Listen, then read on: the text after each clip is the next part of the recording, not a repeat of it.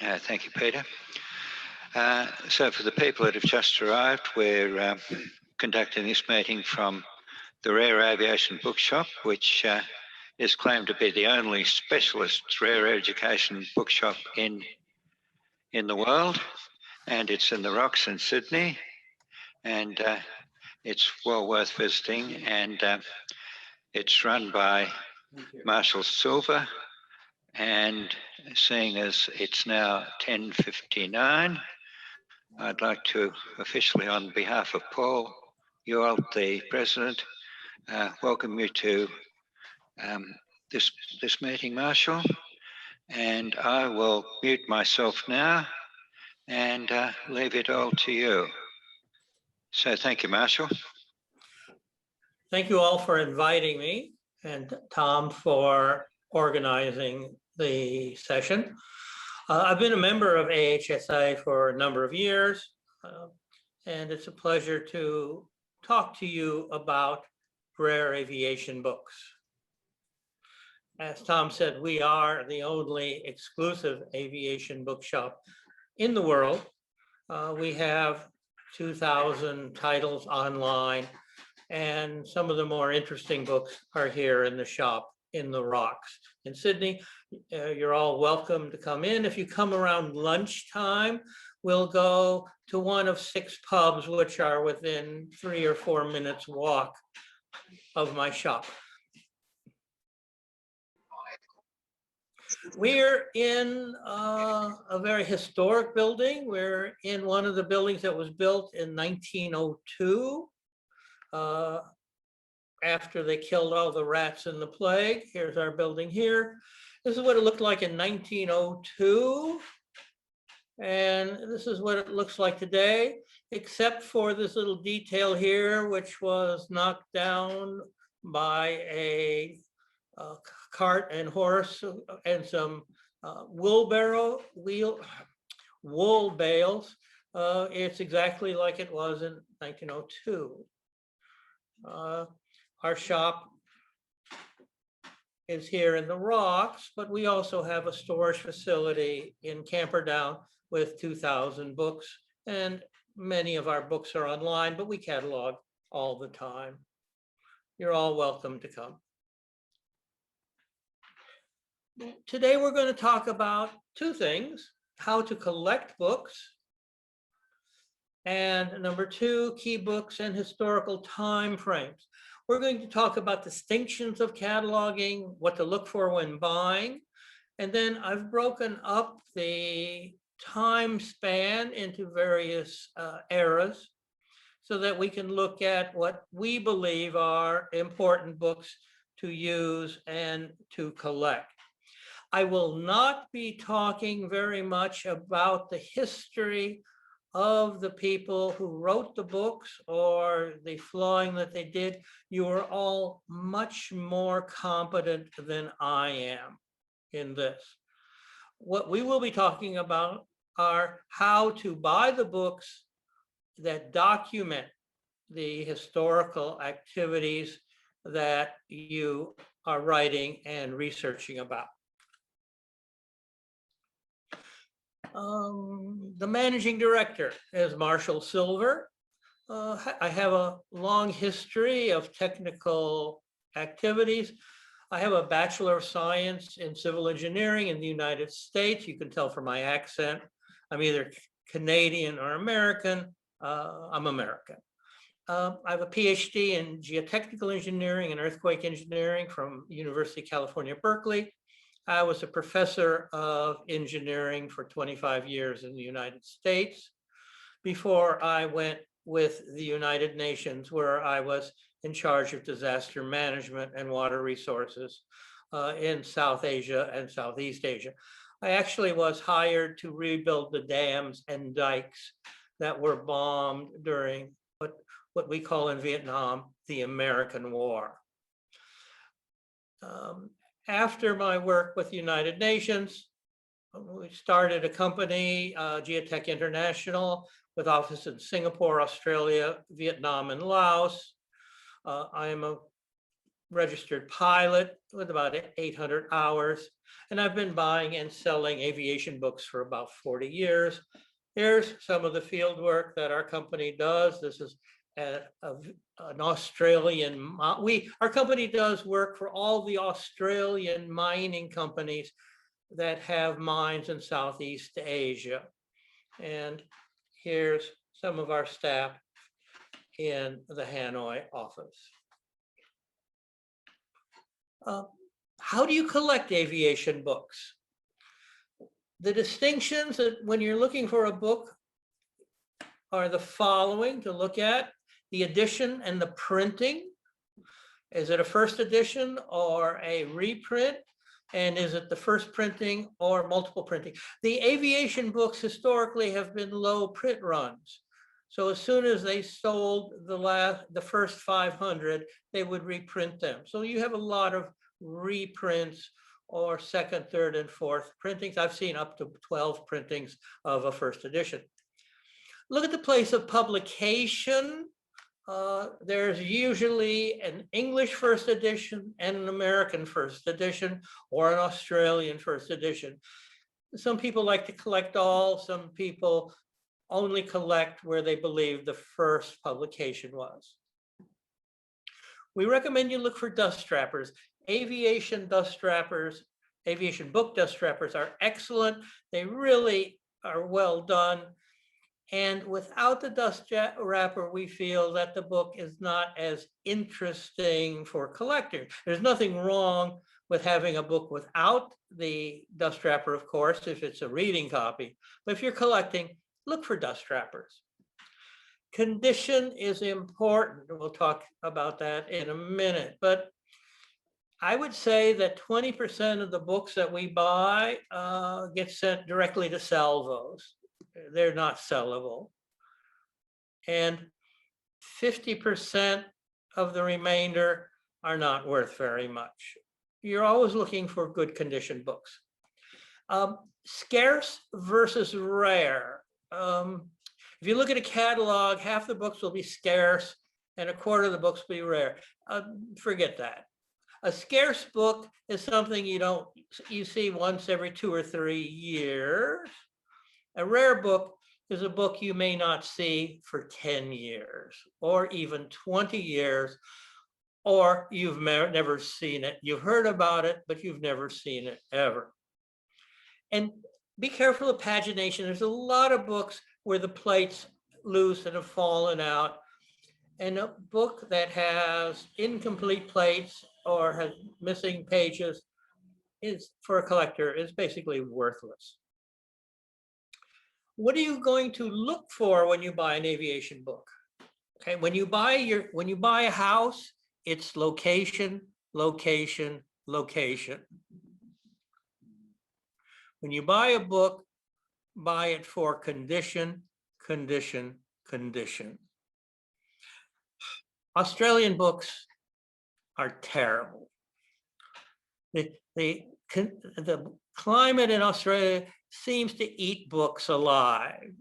So you're probably better off buying outside Australia unless they've been kept in a humidity controlled place. Do your homework. Dust wrappers add, as we said before, add important value to a book, and most of our books have dust wrappers.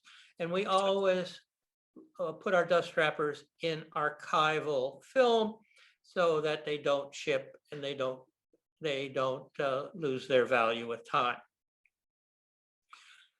If you're a real collector, look for first editions versus later editions and printing.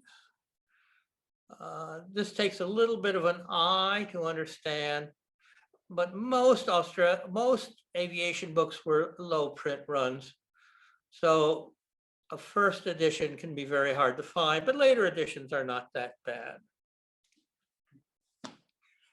Bibliographies are quite important and they're hard to find. Try to collect as many as you can if you want to be a collector. McLaren has 5 or 6 Australian aviation bibliographies. I've only been able to find 2 or 3 of them. They don't come up. Dornbush, who is very famous for doing squadron histories, has done some Australian military bibliographies. Smith has World War I in the air. Cyril Falls for war books, World War I, and other bibliographers. These are a key to your collection. Let's start by talking about some different books and eras. We feel that the earliest Australian aviation book is from Bland in about 1866. His Atmotic, I always thought this was the atomic aircraft. I said, wow, 1866, he was building an atomic airplane. No, it's Atmotic. It's a steam-driven airship. And there are 3 or 4 broadsides available in the libraries, a very, very scarce item.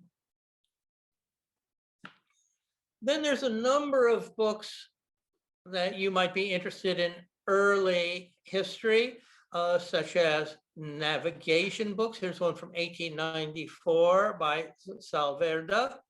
A nice book, quite technical.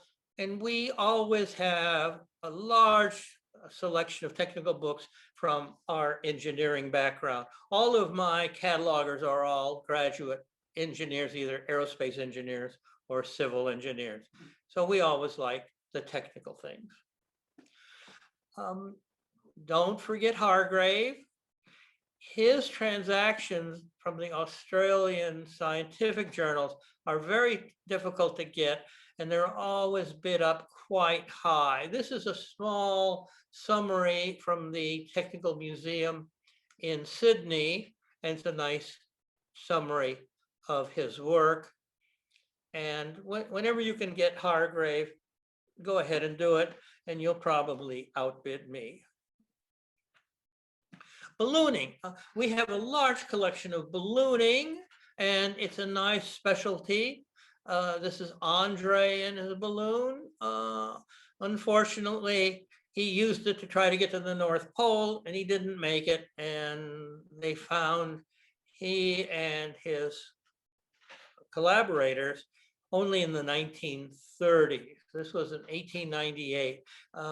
Typical believing in technology, he didn't test the balloon before he tried to reach the North Pole. An interesting book, and just a sample of ballooning, and we have hundreds of ballooning books. Aviation history. Before this, I said early history, but this is, we start with Orville and Wilbur Wright. They never published anything. Very interesting. People wrote about them. Here, how we invented the airplane. This was discovered in the 50s in the U.S. Library of Congress as a transcript of a patent case where they went to court to show that they had invented the airplane. This is a very nice little book. We have several copies. After that, you get people who are writing about the Wrights. Here's a little book from the Aeronautical Journal of England in 1916, where it was a reprint of the research and the life and work of the Wrights. Tom was talking before we came on about the history of the Australian airmails. This is a little book that we have from Tom, and you see the jug, you see the Dewar's jug. I had one and I didn't know what it was, and Tom told me it celebrated it's a water flask, of course, and it celebrated the early flight of the first airmail.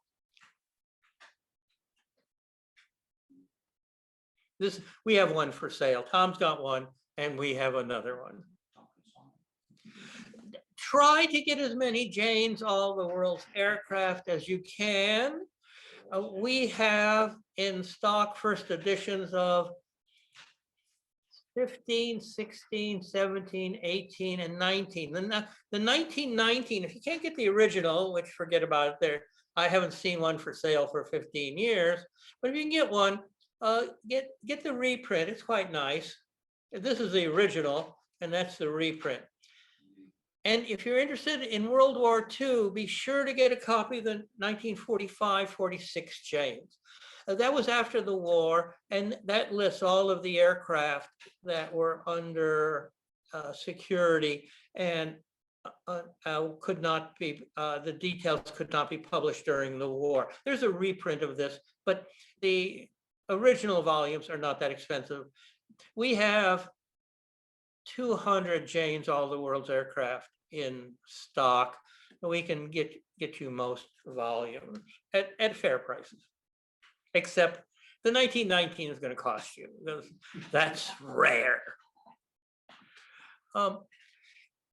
If you're interested in Australian aviation and military, we recommend all of the Defense Department publications, for example, the Centenary History of Defense, the Air Force, by a volume by Stevens is good. We always keep sets of these for sale. You can find odd volumes, but difficult to find, for example, the Atlas. So this should be a book or a set of books that you know about and can reference. British Aviation, Brooks Smith has a very nice book, which is early Royal Air Force, Royal Flying Corps at that time. This is always available, not hard to get. And then Units of the Royal Australian Air Force is a very nice little set.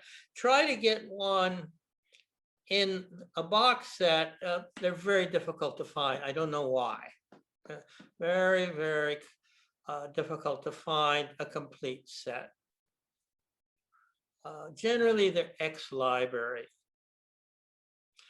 For World War I, you'll need a copy of The War in the Air. It's been reprinted. We have 4 or 5 sets of the original here, as you can see up here on the top, in mint condition. We collect them and put sets together. And is not a bad thing to have in your library. You will need a copy of the Australian Flying Corps by Cutlack. That comes in a number of editions. This one is 53. It's a reprint. For some reason, bugs love to eat these books. To find a good set of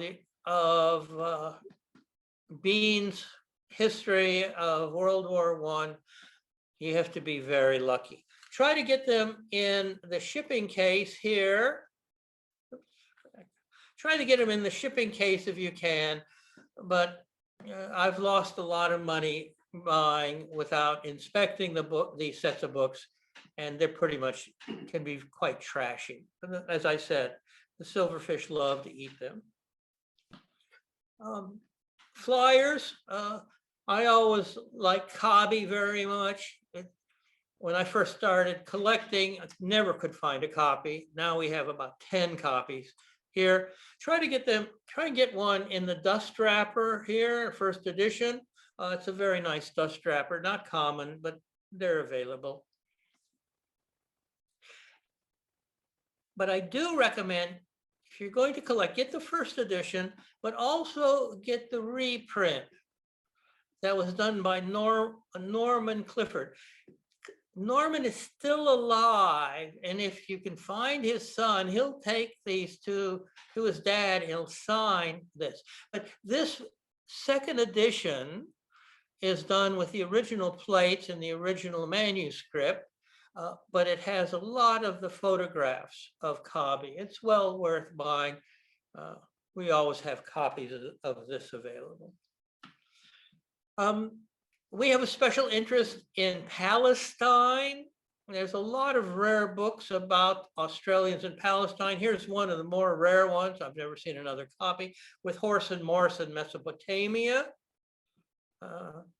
So it's cavalry and Morse code and communications with the AHSA. I bring this up as an introduction.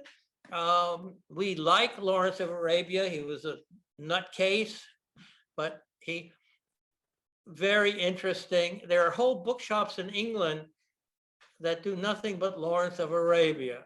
And we have most of his books in reasonable condition here. And one of the interesting things is you get to Aces and Kings by Sutherland, and he makes the comment, contains a chapter of 42 pages concerning Lawrence of Arabia. The author writes as follows: we of number 1 Squadron, Australian Flying Corps, were at various times his aerial chauffeurs, his aerial lieutenants, his Arab impressors, so I can at least write of Lawrence of Arabia with some degree of first-hand knowledge. So if you're interested in Lawrence, be sure you have a nice copy of Aces and Kings. Between the wars, probably Joysticks and Fiddlesticks is fundamental. Unfortunately, this red binding does not survive. I've got a lot of books that my catalogers put in the box for salvos, and I always bring them out. To find a copy in the red cloth in this condition, it means there's a dust jacket somewhere that's protected it. Try and get a dust jacket with this book. It's fundamental for any historical study of between the wars from commercial flying. There are a number of books on our early trans-Pacific flights. Here's Kingford Smith and Ulm's book. Very nice. You don't need a dust jacket on this because the blue seems to survive pretty well. It's a very nice book cover. This is a little ephemeral. This is the Roth-Smith airplane race game. And there are 3 other copies in libraries, and we think this is the only one for sale. Of course, every time you say this is the only copy, that is exactly when you can expect to have 2 people the next day say, what about my copy? So the best way to find hidden treasures is to say that this is the only copy. This is a fun, I've played this game, never won. I crashed and burned, but it's a fun piece. I think you can't beat flying boats for the history of aviation in our territory. Between the wars, there's a number of women flyers. Any book by Amy Johnson is very good and very useful. We always have a number of her books. Jean Batten's books are interesting and worthwhile. We have a number of signed copies of her books. Between the wars, there's a whole area of collection of Arctic and Antarctic exploration. This is a book, Flying the Arctic, by George Wilkins. He also flew the Antarctic and is very interesting. Getting into World War II, we like TM. It's very funny to read. This is the journals, monthly journals that were published to help you to get started in your Air Force career. It tells you how to requisition a table, chairs, and desk for your squadron, and even gives you the requisition numbers. Qantas, there's a number of books in Qantas in World War II. So if you're a collector of Qantas, you'll get one of these, and then you'll get their historical books and also the fish books as the autobiographical. It gets a little tedious to read about the problems they had with the board of directors, but if you're a Qantas collector, you'll be happy to read about all the problems the flying fish had. Battle of Britain and Spitfire books, we get a lot of interest here. One of the favorite books we have is Sign for a Marlin, Testing a Spitfire by Henshaw. They're getting a little hard to find. Try to get one with a dust jacket. It's a nice dust jacket, and it's very well written. I would say 2/3 of the people that come into our shop are interested in Bomber Command and the Australian air crews. Everyone had a father or an uncle or even a grandfather who flew in Bomber Command. So the one we recommend for people getting started is the Bomber Command done by the Department of Veterans Affairs. Don't look for this in the Australian War Museum. You won't find it. This is in Veterans Affairs. We always keep 4 or 5 copies in the shop, and we sell 1 or 2 a week. I would say the most popular books on Bomber Command planes are Lancasters. We like Garbett's and Goulding's set, 1, 2, 3, 4, 5 copies. And that's a nice set. They're hard to find a complete set. Oh yeah, I'm using the kibitzers in the shop has noticed that I'm using the 5 volumes, all signed by the way, copies to prop up my laptop computer.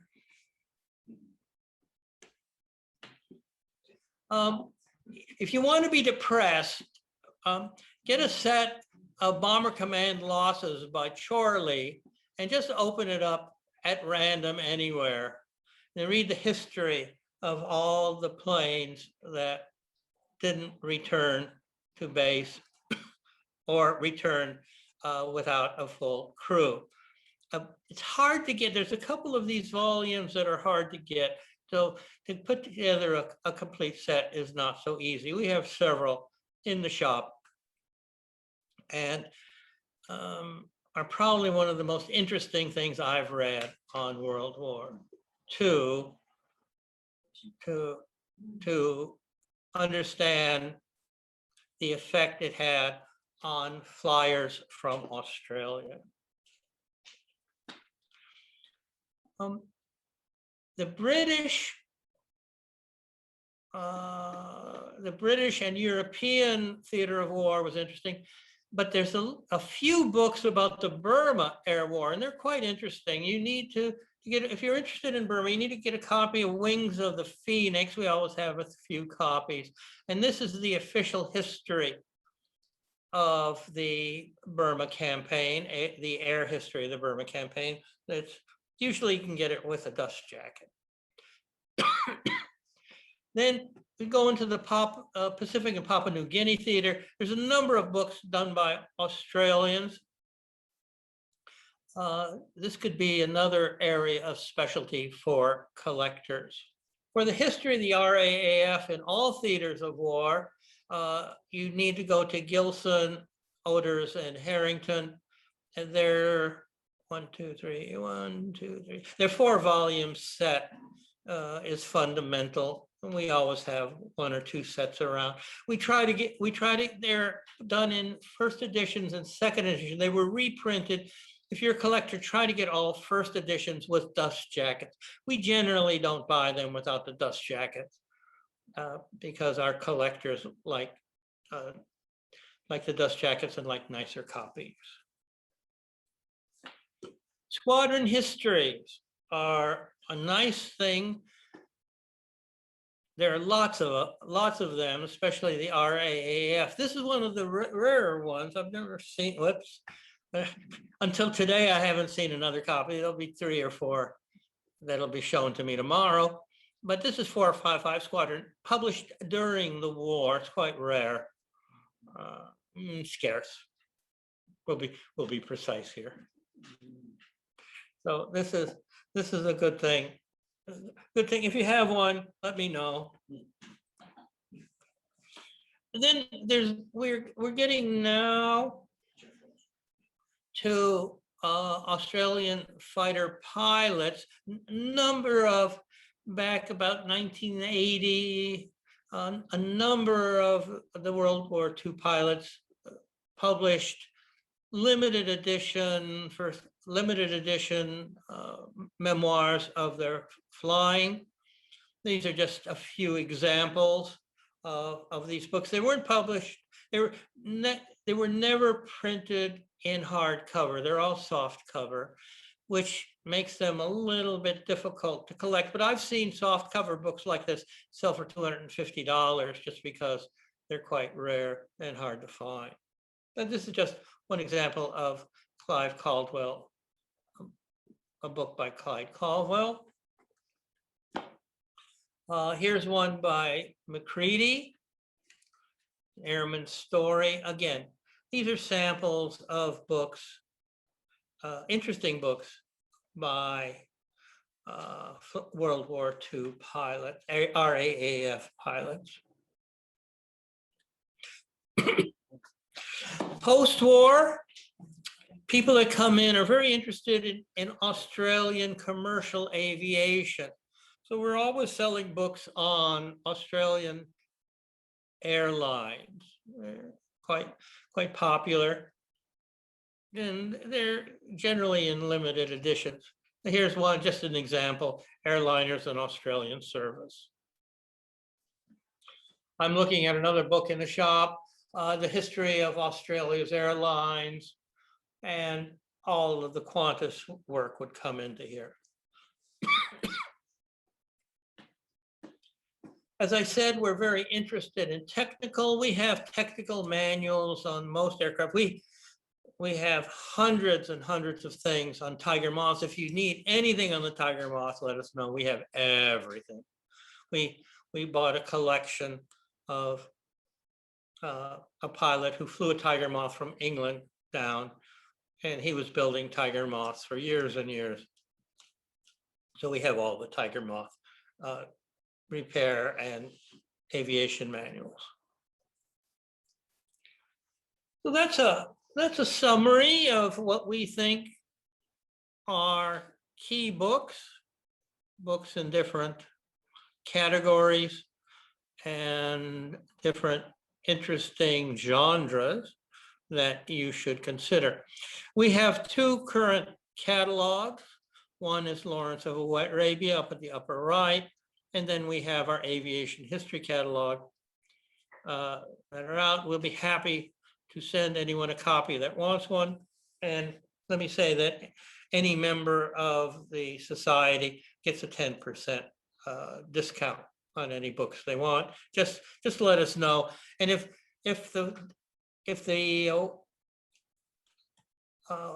our website doesn't give you a discount, which it may not, just let us know and the money will be in your bank the next day. So thank you very much for allowing me to summarize some of the things that we've learned over 40 years of book dealing. And again, we'll be very happy to answer any questions. Again, on books, conditions, and rarity, as I said, we're not the experts. You're the experts on the history of the people and the flights that these books document. Thank you very much. Sure. Thank you much. That was fascinating. It looks as though I'm not going to be in good order with my descendants because all my books have lost their dust jackets and they're all spilled over and been read in the rain and all sorts of things. Well, ladies and gentlemen, any questions, comments, or? Well, the first thing that Marshall asked for was anybody who had a 455. And I do, but it doesn't have a dust jacket. And I found it in your catalogue and I was disappointed that I didn't have one. Yeah, I see. Yeah, very nice. Yeah, well, they'll, if you wait long enough, it'll put your grandkids through school. Yeah, looking at the price of some of the ones that I certainly do not have in my collection, indeed. Marshall, can you stop your share so we can all see each other? Just, I've got a full set of that units of the RAAF. I think I paid about $20 brand new. So we're getting rid of them. You don't see any for sale anymore. No. You can get it digitally too, of course. That's available somewhere online. But I can see from the books behind you that you're not a digital guy. Well, I am. I'm both. When I ordered them, they screwed it up and they sent me 2 sets. So I sold the first set to another. Another non-digital member. Nice collection behind you. He's got a huge collection. That's half of 3. So there's 6 times that.